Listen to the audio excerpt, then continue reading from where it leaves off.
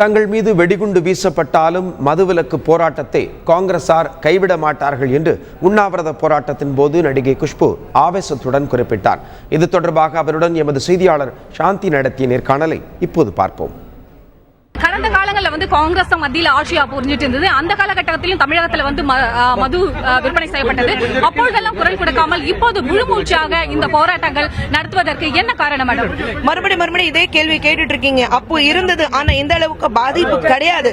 இந்த பாதிப்பு கடந்த 4 வருடத்துல இந்த பாதிப்பு மக்கள் மத்தியில் இந்த டாஸ்மாக் பாதிப்பை நம்ம பாக்குறோம். இந்த டாஸ்மாக் பாதிப்பு ஏன் பாக்குறோம்னா, நமக்கு எல்லாருக்கும் தெரியும், அந்த டிஸ்டிலரிஸ் சொல்லி போது டாஸ்மாக்ல தயாரிக்கிற சாராயங்களுக்கு டிஸ்டிலரிஸ் யார் பேர்ல இருக்கு, யார் தயாரிக்கிறாங்க, கவர்மெண்ட் மூலமா மட்டுமல்ல வெளியிலே இது விற்பனை செஞ்சுட்டு யார் சம்பாதிக்கிறாங்க, காசு சம்பாதிக்கிறாங்கன்னு நமக்கு தெரியும். தமிழ்நாட்டில் இருக்கிற ஒவ்வொரு மக்களுக்கு தெரியும். அதுக்காக தான் இப்போ குரல் கொடுக்கிறோம். ஏன்னா 4 வருடத்துல கண்டிப்பாக அதிமுக ஆட்சி அதிமுக ஆட்சி வந்ததுல இருந்து எந்த அளவுக்கு தமிழ்நாட்டில் வாழ்ற மக்களுடைய வாழ்க்கை எப்படி சீரழிஞ்சு போயிருக்கு நம்ம பார்த்துட்டு இருக்கோம். அதுக்காக தான் இப்போ போராடிட்டு இருக்கோம்.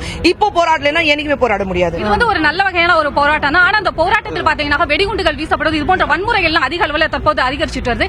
இந்த மாதிரி போராட்டங்கள் எந்த அளவுக்கு பயன் தரும் நம்புறீங்க? குண்டு வீசினாலும், பெட்ரோல் பாம்பு வீசினாலும், லத்தி சார்ஜ் பண்ணாலும் போராட்டம் துவங்குவோம். பின் வாங்க மாட்டோம். பயந்துட்டு பின் வாங்குற கட்சி காங்கிரஸ் கிடையாது. பயந்துட்டு பின் வாங்குற மக்கள் காங்கிரஸ் மக்கள் கிடையாது, காங்கிரஸ் தொண்டர்கள் கிடையாது.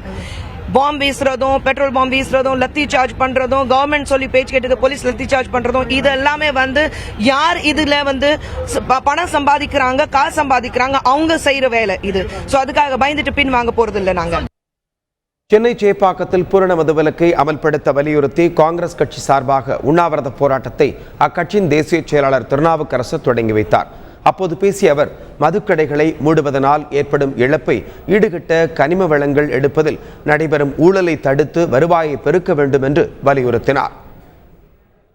மக்களை வதைத்து வறுமைக்குள் தள்ளி இளைஞர்கள் முதல் எல்லோரையும் குடிக்க வைத்து, பெண்களை சீரழித்து, குழந்தைகள் கூட குடிக்கிற நிலைக்கு தள்ளி 30,000 கோடி வசூல் பண்ணுவதற்கு பதிலாக தமிழ்நாட்டில் இருக்கிற இயற்கை வளங்களை சீர்படுத்தினாலே, நடைபெறுகிற ஊழல்கள் முறைகேடுகளை தடுத்தாலே இதைவிட கூடுதலான தொகை அரசுக்கு வர முடியும்.